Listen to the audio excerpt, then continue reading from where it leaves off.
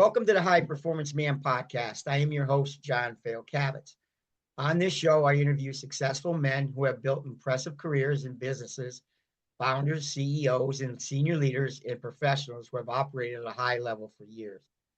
We talk about what actually made them successful.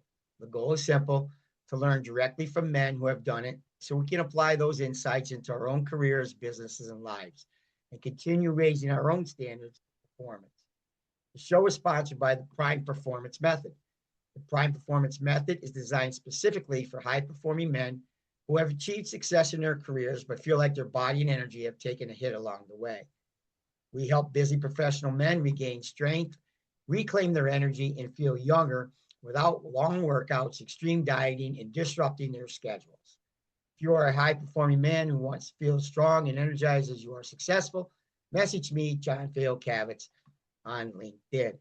On today's show, we have Bob Lederer, who is the president of RFL Communications Inc., where he does publishing, sales, marketing, and consulting into industries. Welcome, Bob. Hey, John, thanks for inviting me. You're so welcome. My first question, Bob, is this. What is the most important lesson you've learned so far that has helped you become successful in your business? I'd say flexibility, although it may not be as relevant today as it has been, in my lengthy career. As you can see, I'm not a 30-something. No. But I've always had the unique ability to move from one field to another that was not necessarily a direct link. Like I started in publishing in the beverage industry, and the general next step for people in my position would be to go into public relations for a beverage company. And I did go to work for a beverage company, but not in PR, which I was not interested in. They hired me to help them with some of their marketing. And so that was a great experience. And from there, I was recruited by the NutraSweet company, which was a big ingredients supplier back in the 70s and 80s to the soft drink industry in particular, with the new sweetener, NutraSweet, that really made products better and more acceptable and much more in greater demand, particularly for people who were watching their weight.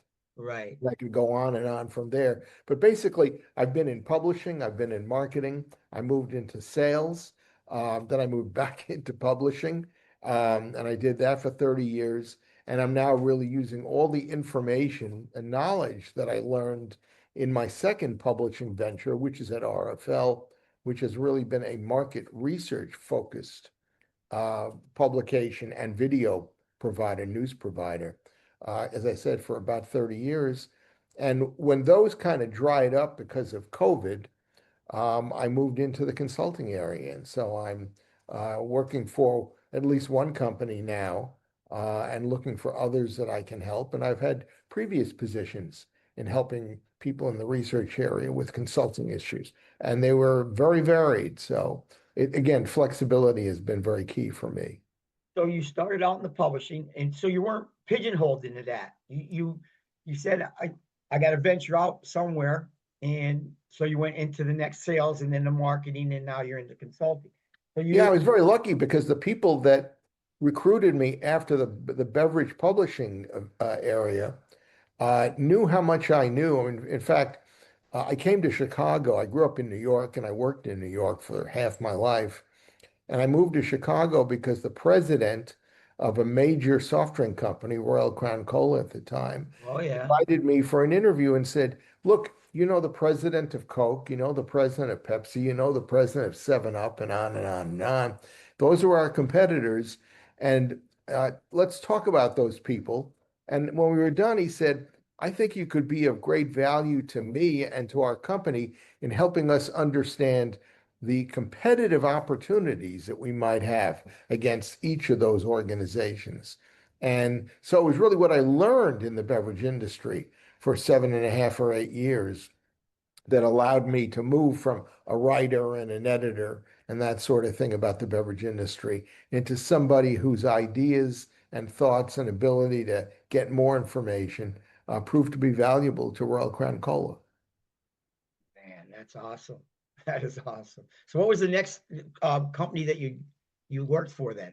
Well, after RC, I was actually recruited by the NutraSweet company because they needed somebody also who knew how to deal with these big companies like Pepsi and 7 Up and Dr. Pepper and 7-Eleven and Procter and Gamble and such. And that was Wow. what I was recruited to do because they had a short-term patent NutraSweet that was going to expire in 1983, and they hired me, if my recollection is correct, in like 78, and said, we've got to maximize what we can do sales wise with these companies that we're assigning to you before that patent runs out. So that was my next job from there. And when that job disappeared, that's when I kind of went back into publishing because a friend of mine who had worked in the beverage industry with me at the beverage publication had become the public relations director at Nielsen, which has always been the biggest research entity in the Yes. industry. And they needed some help. And so I started my newsletter, basically, to be honest with you, to help Nielsen and other companies get more information out about what they were doing, what they were thinking, and that sort of thing. Wow. Man, I could listen to you for, I mean, this is your your adventures are out there, man. You know, it just shows you there's opportunity. Yeah. And I have two sons who work in the Wall Street area in New York, and they're both constantly on the look and consideration of opportunities at other companies and such. And I encourage them as much as I can because those opportunities are there. You just have to have your eyes open and your ears open and use the relationships that And you've built. Because like you said, be the flexibility part. yeah, and just be willing to make, changes. And I know both of them are like that. They're both, in very solid jobs now, but they're open to different kinds of opportunities that are related, to their specialties. Right. That's awesome. Awesome. All right. My next question, Bob.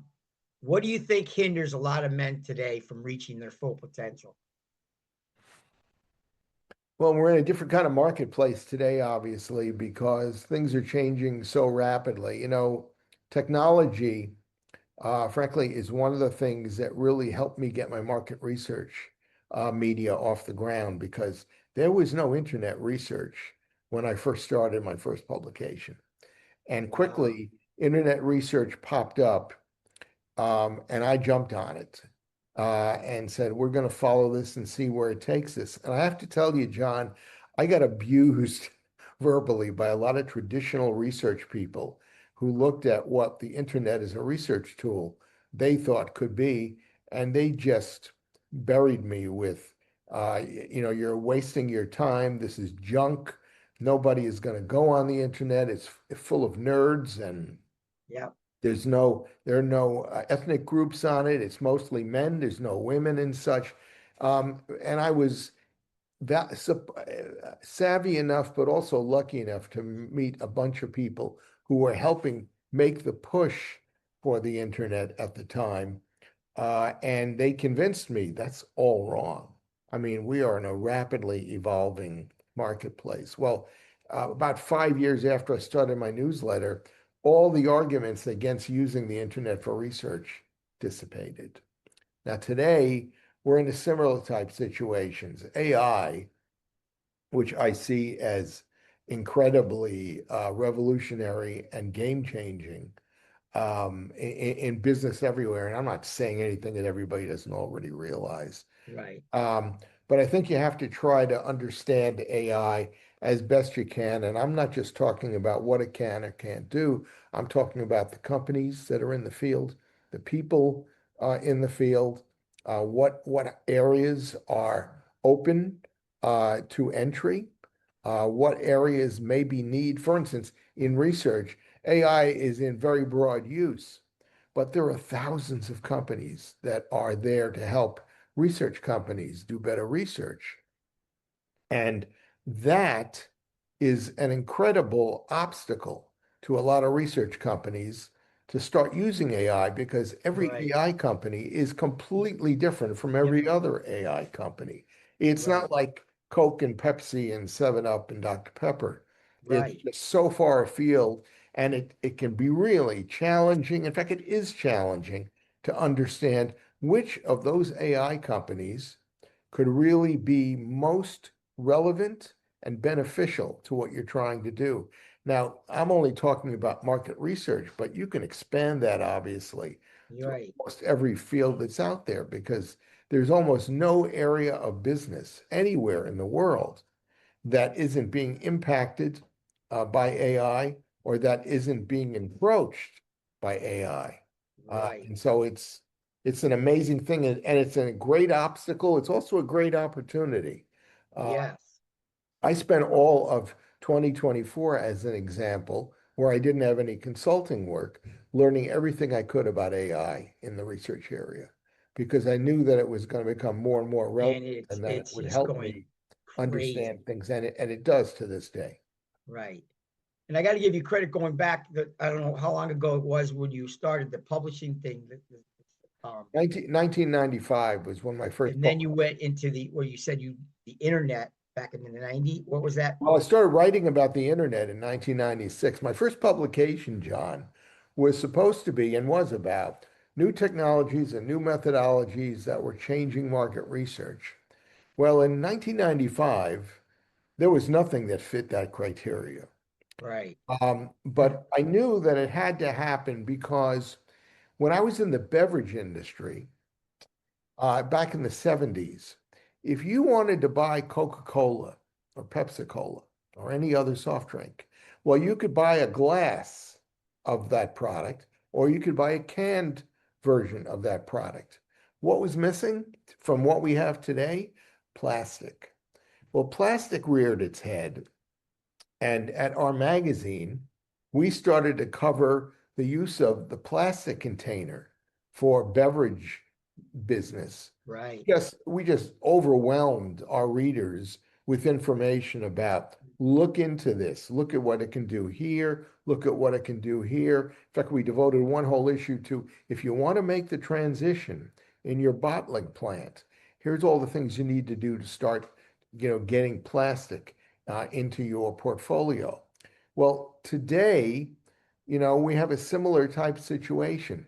There are just things that we're finding out every day, every week that AI can do that, we haven't even thought about. And Right. yet things pop up and things become, very, very important. I hope that Right. answers your question. Yeah, it did. But I'm going back to getting back in 1996 when you started the internet research or whatever.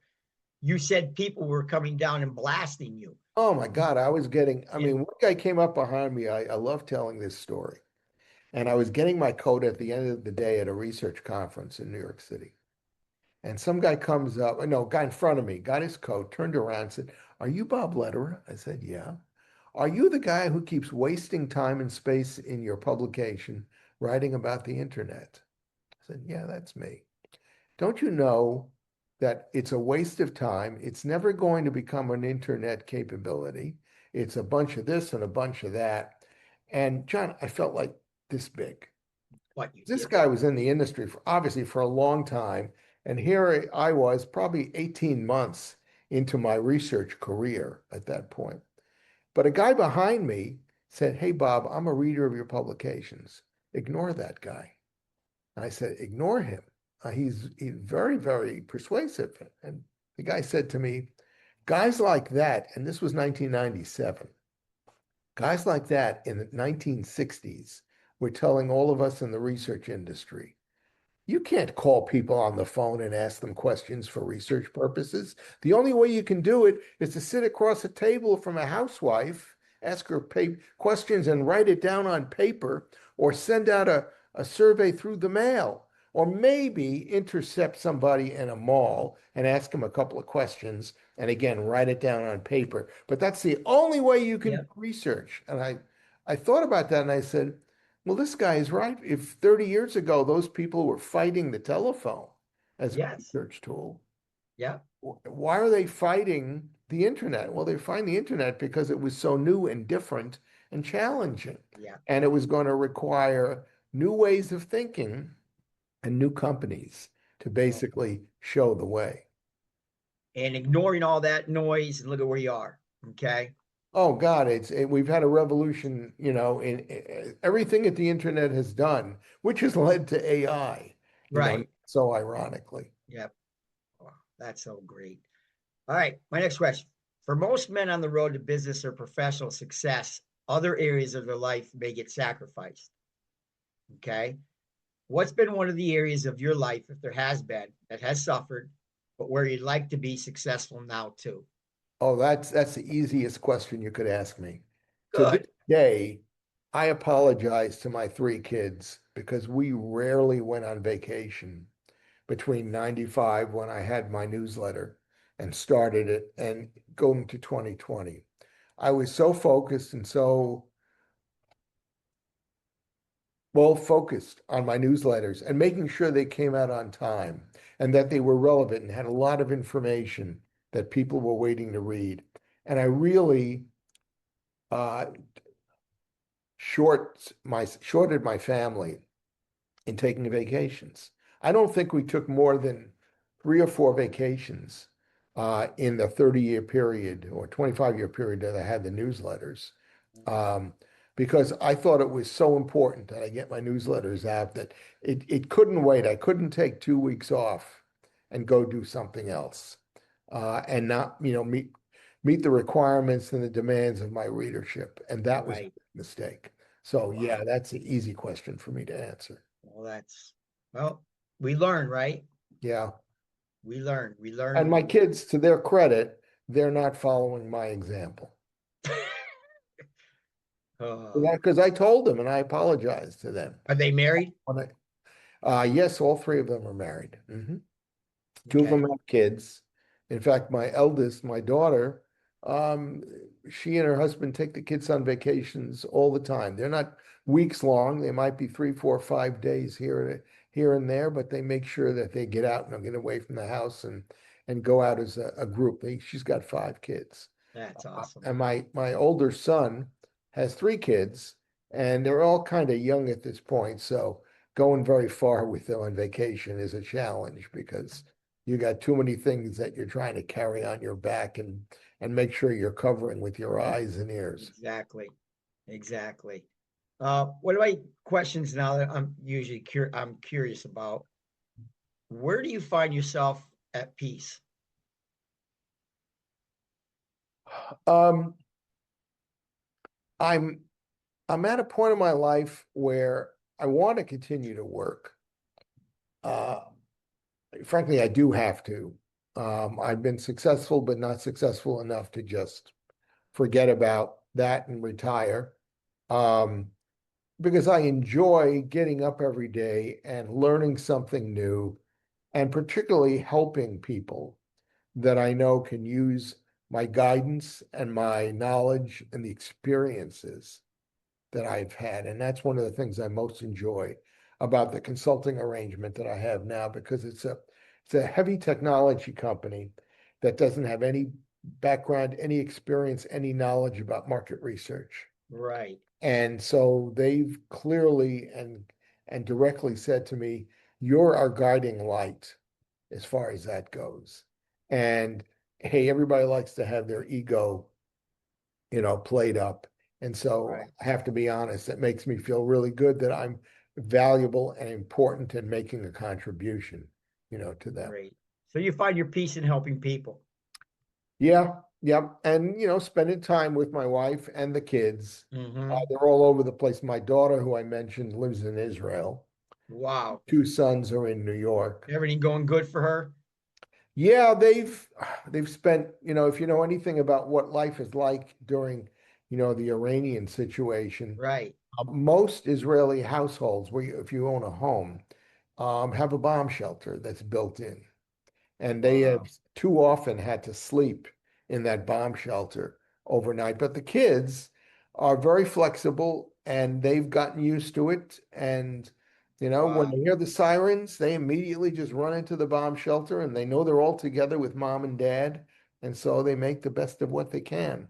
I find it astonishing that um, that they're able to live the life that they live with the threats that are around Israel all the time. Because no matter, what your attitude may be about the Israelis and their military and that sort of thing, their country is the size of Rhode Island, and they're surrounded by enemies Right. whose public and avowed intent is to destroy the state of Israel. So, as kids, I don't know how the kids, get through that because I don't think they're taught that directly. Well, What's really going on. they're probably thinking that this is an everyday thing. This is my life. Yeah, that is their life, and they wouldn't change it. They Right. keep saying to my wife and I, move to Israel. We want to have you in Israel so that we can see you more often. Now we talk to them, or my wife does every single day, Right. thanks to Zoom and such. Right. But it's an interesting challenge, and we gave some thought to moving, but it's right now it's not on the cards. Cards. Okay. Well, I wish them the best over there, man. Thank you, I will. Yep. Last question. If you were to give one piece of advice to other men on their journey of achieving success, what would it be? Well, right now, I'd like to tell everybody who's listening, stop shutting the door on seniors. It's almost impossible, I've found, to get a position part-time or full-time, because your hair is a little silver, not gray, it's silver. Um, there was too many people like myself who basically have had the door shut in their face because it's cheaper to hire some 30-year-old who doesn't have the experience and the background and the sophistication to deal with a lot of the really Totally agree. difficult issues that keep popping up, in Totally agree. business these days. So I I've kind of, made it a point. I don't know if it's going to go anywhere to tell everybody I can talk to what I've just said to you. No, Don't this is close gonna the go door, over. and Yeah. you use us. If we're Yes. still here and we're willing to get involved and be a player, then you should take advantage of that. Don't don't not hire the 30-year-old, but as I'm doing, for instance, with the company I'm with now, I'm helping a couple of 20 somethings to get up to snuff about Right. what's going on. And we went to a conference together a couple of weeks ago, and they found it eye-opening for me to show them how to talk to prospects and such. Because they were kind of working at it, and I won't go into detail, but I thought they were kind of working at it backwards. They were doing things that you do on the second or the third conversation that you have with people. But first, as I explained to them, you got to get them interested. Right. So you got to explain, here's how we can help you in your business. Well, and I think there's nothing better than experience. I mean, we've lived through everything that we could possibly have gone through.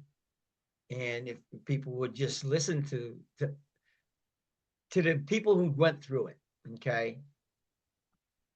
Yeah, there's always something new under the sun, but at the Yep. same time, the ability to look back and understand what has come before you and what you've done. I mean, I'm a big sports fan, Mm-hmm. and every baseball or football or basketball or soccer team hires a veteran guy who has been involved, either played the game or has been involved in that field for 20, 30, 40 years. Yep. And you put them in charge because they've gone through this. Mm-hmm. And I take special pleasure in, I'm a Mets fan. I take special pleasure in watching the young Met players who are struggling right now, but who need the experience of playing every day. And it's the same thing in business. You need to experience what's going on so that you can learn. Right. And if you don't learn, you just kind of get stuck in the mud.